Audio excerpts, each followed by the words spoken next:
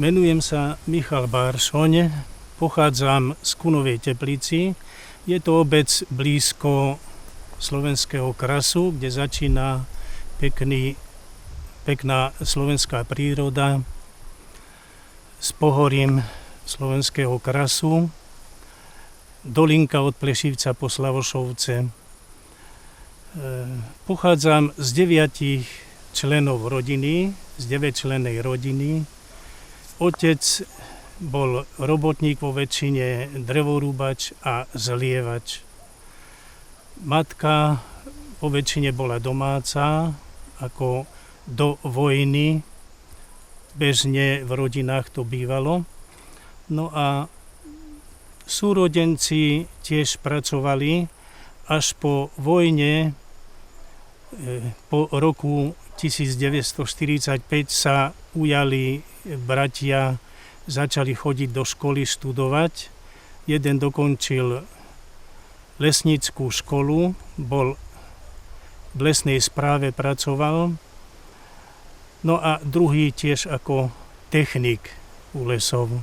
Otec tiež po otcovej stránke sa ujal tiež hudby a rôznych remesiel, takže pracoval v závode v Kunovej Teplici ako zlievač, kde neskôršie ochorel na astmu a už predčasne potom išiel do invalidity.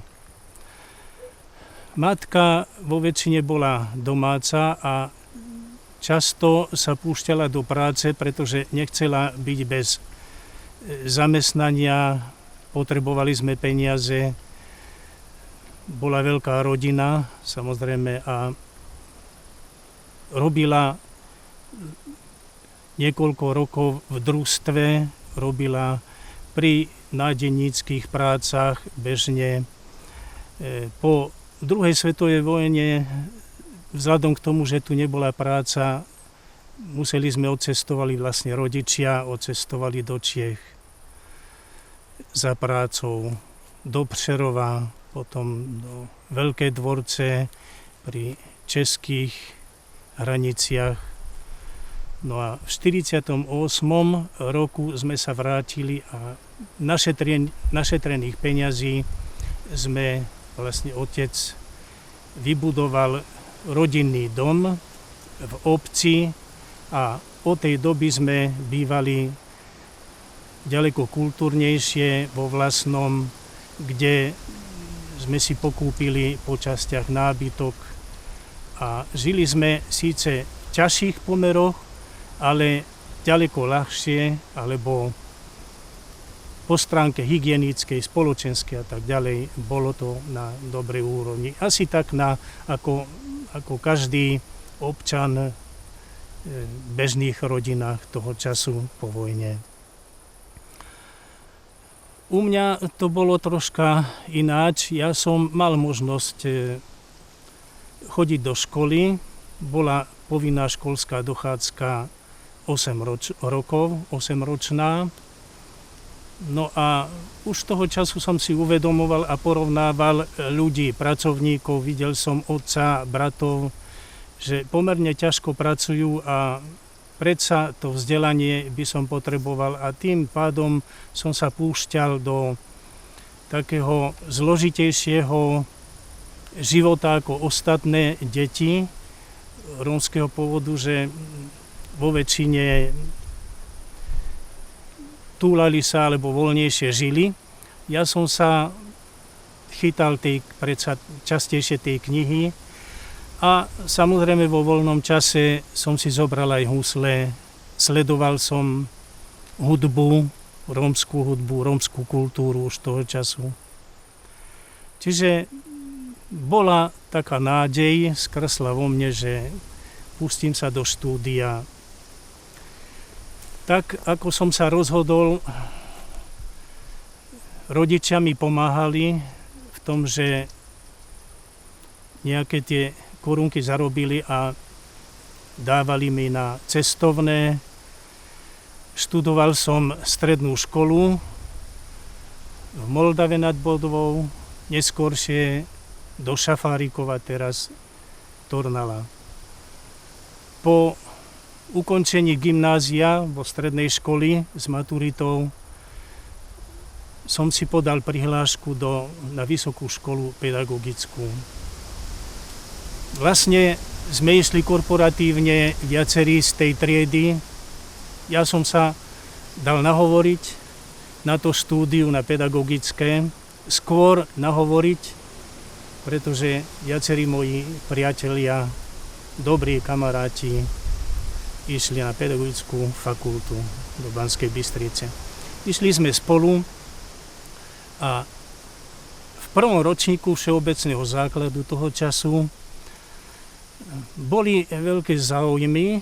Tam na katedrách získavali študentov, či už hudobná katedra, výtvarná výchova, katedra telesnej výchovy. Ale predovšetkým mňa inklinovali tieto tri katedry, preto ich spomínam, z toho dôvodu, že všetky tri katedry ma ťahali k sebe. A už z toho času, ako spoločný základ, ešte sme neštudovali odbor vlastný, zaujali ma a mal som isté vlohy, isté prirodzené vlohy. V hudbe hral som na húsliach, hral som na harmonike, troška na cimbale a tak ďalej. A čo sa týka telesnej výchovy, mal som nejaký prirodzené pohnútky k športe a neskôršie ako asistenti odboru telesnej výchovy zistili, že v niektorých disciplínach lámem aj rekordy fakulty. Takže ma ťahali aj telocvikári. A samozrejme tá výtvarná výchova bola tak prirodzená, že štetec alebo ceruzku toho času, grafické veci, keď som robil, takmer všetkými zobrali tam docent Jánuška, ešte vedúci katedry, Prukner, Kubička, ktorí ma učili v Banskej Bystrici. Motivovali ma, riešili so mnou problémy výtvarnej výchovy a zostal som verný predsa tej výtvarnej výchove. Doposiaľ samozrejme. Po ukončení pedagogickej fakulty som dostal, toho času ešte sme dostávali umiestnenku, to bola veľká výhoda študentov alebo končiacich vysokú školu, tak som dostal v Banskej Štiavnici, v Štiavnických baniach učiť. Začal som učiť, bolo to v roku 1965. Od tej doby som sa stal učiteľom, kde mojou povinnosťou vlastne už bolo stať sa tým, čím som sa stal vlastne.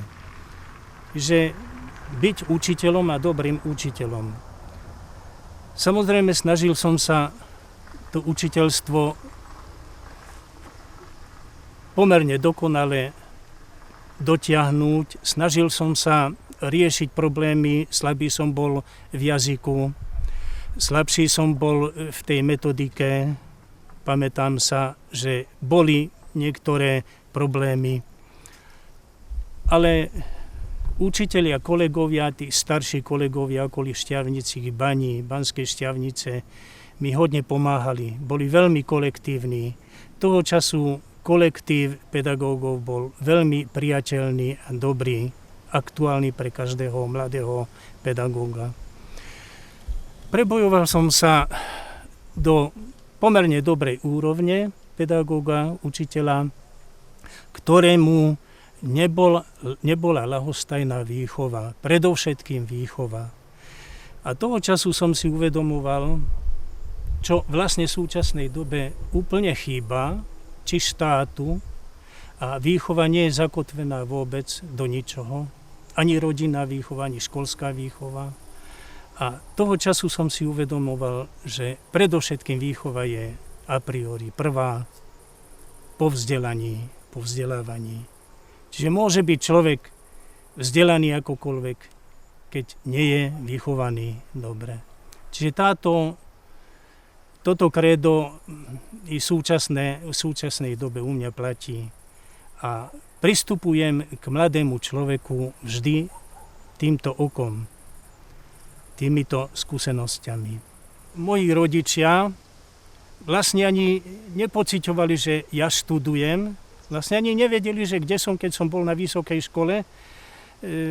Ja som sa pustil na tú dráhu a mnohokrát som ani nepýtal od rodičov peniaze.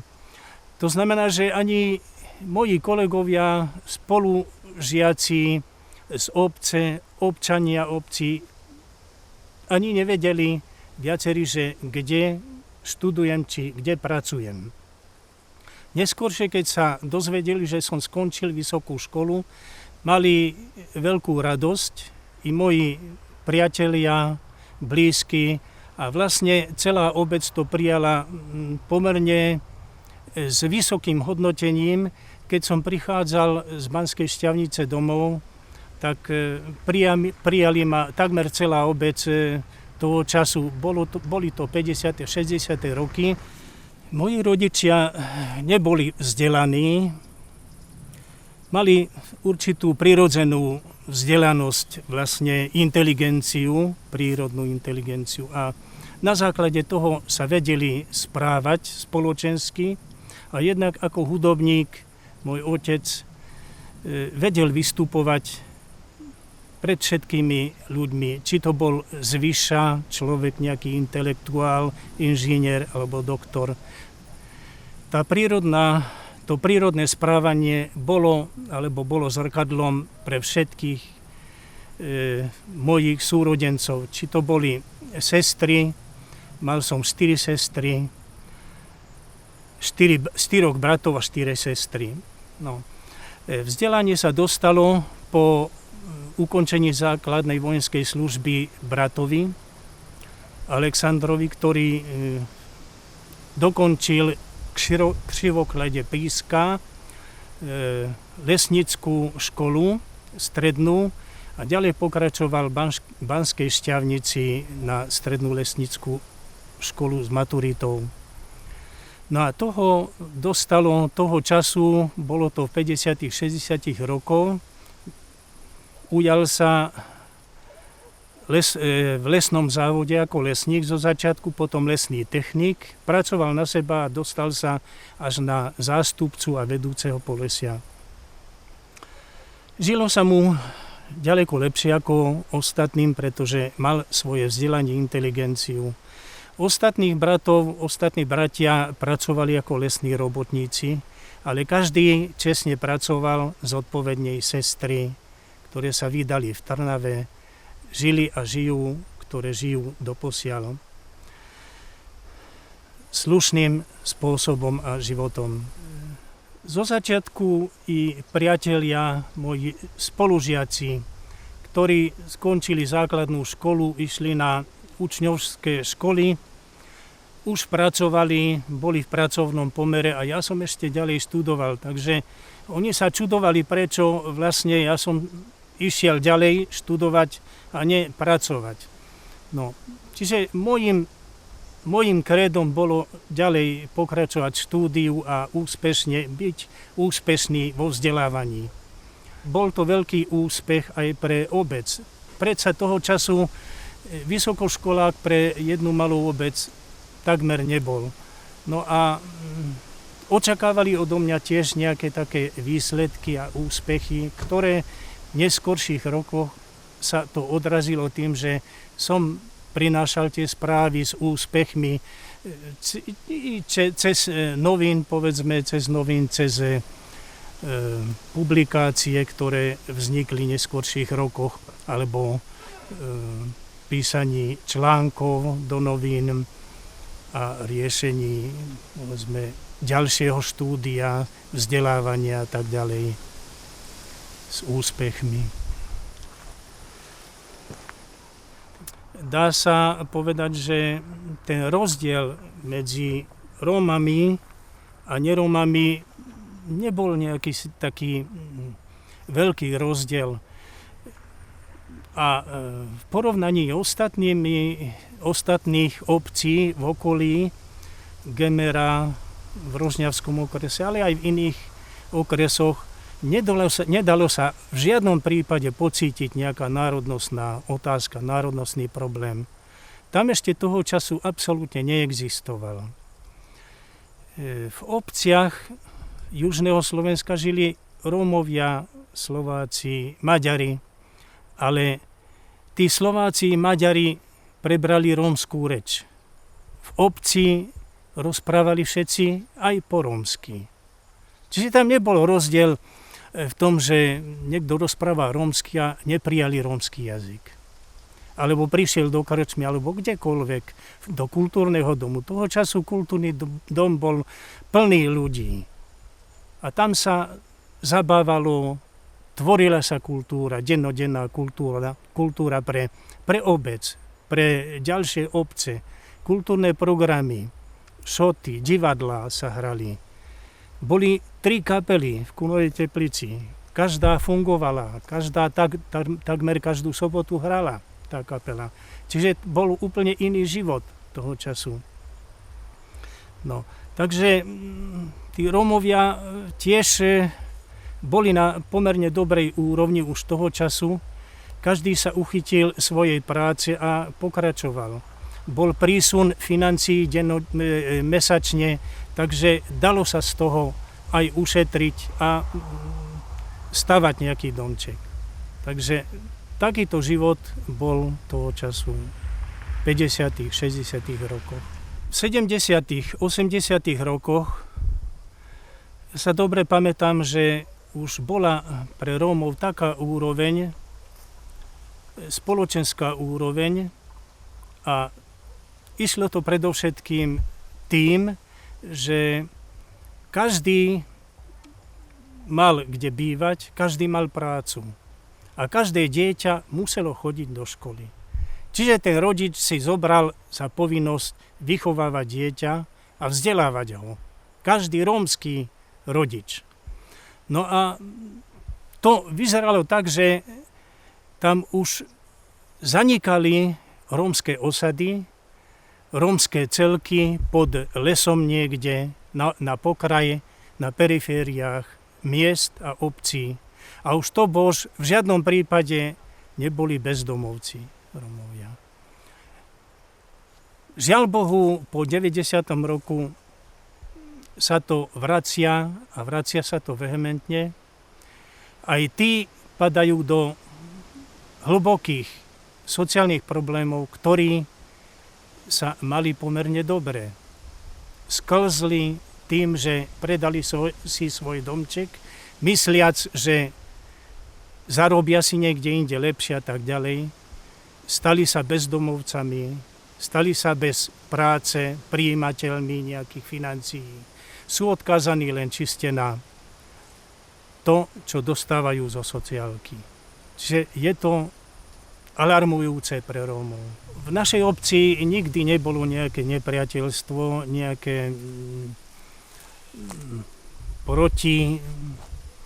nejaké útoky na Rómov a tak ďalej. V súčasnej dobe síce dá sa povedať, že nie je to až na takej úrovni, ako bolo, že vznikajú nejaké také problémy, ale to práve z toho, že sú Rómovia troška tak marginálni a práve tá marginalita, aj ten samotný život, to bývanie a tak ďalej, tá kultúra, ktorá už v súčasnej dobe, dá sa povedať, že nie je na takej úrovni, ako bola, dá ten punc tomu spoločenskému životu, povedzme majority, či už sú to maďarskej národnosti alebo slovenskej, že troška ten odchyl je ako predtým, že nie je ten kontakt s Rómami na takej úrovni. V rokoch do revolúcie bolo aktuálne v 50., 60. rokoch, 70., aj 80. rokoch, že každý musel pracovať. či už chcel alebo nechcel, tam bola kontrola cez verejnú bezpečnosť, dá sa povedať takto, cez políciu. A v krčmách, keď niekto vystavil, práve toto nebolo síce demokratické, ako v súčasnej dobe hovorí sa, že demokracia všade, ale tá demokracia prináša dosť v tomto smere pre Rómov negatívne záležitosti, dovolím si povedať. Pretože toho času tí Rómovia predsa zo začiatku robili, vo väčšine robili. Tí, ktorí nechceli robiť, museli robiť. Čiže tá úroveň vznikala tým, že ten prísun tých financií bolo toho platu. Niekto dostal menej toho platu, niekto dostal viac. Ale mal predsa pravidelný plat. A nemal len on, mali i jeho deti. Mali v rodine manželka, matka, vlastne, starí rodičia. Čiže všetci mali v jednej rodine 5-6 platov bolo v jednej rodine, rómskej rodine. A to je obrovský rozdiel ako v súčasnej dobe. V súčasnej dobe nie je ani jeden plat. A žije tam 6-7 členná rodina. Ako je to možné, že vyžijú? Ako je to možné, že sú tam nároky na zdravotné záležitosti, na hygienické, na bývanie. A teraz ako je to možné, že dať deti do školy, hej? Rešpektovať vzdelávanie toho dieťaťa, dať tomu dieťaťu jedno miesto v izbe alebo samostatnú izbičku, to vlastne nie je mysliteľné niekde. Po štúdii v Banskej Bystrici ja som sa dostal, ako som spomínal, umiestenko ešte toho času do Banskej Štiavnici učiť na základnú školu. A dá sa povedať, že učil som od prvého ročníka základnej školy, od prvákov, druhákov a tak ďalej. A na druhom stupni vo väčšine šťavnických baniach tam som učil rôzne predmety, tak ako mi zadal riaditeľ. Bol to vo väčšine, keď som bol telesne aktuálny ku športom, športovec, tak mi dali telocvik učiť.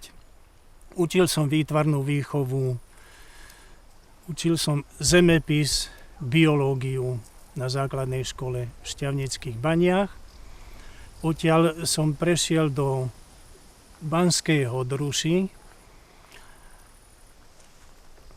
neskôršie Hodruša Hámre, kde som učil na prvom stupni znovu všetky predmety a odtiaľ som prešiel na vojenskú základnú službu 2 roky. Po vojenskej základnej služby som sa presťahoval do Kalnej nad Hronom na stredné odborné učilište obchodné. Bolo to odborné učilište, v rámci Slovenska sme pripravovali aranžérov. Tam som sa po stránke výtvarnej uplatnil aktuálne a učil som odborné predmety, predovšetkým písmo, kaligrafiu písma a písmo ako také, odbor písma, aranžovanie, reklamu a propagáciu.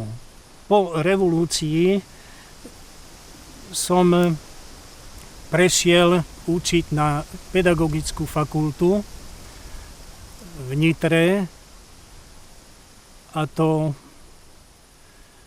v roku 1991. Na pedagogickej fakulte v Nitre po prijatí na fakultu prijímacími skúškami som začal učiť netradičný predmet rómsky jazyk a dejiny Rómov a rómskú kultúru.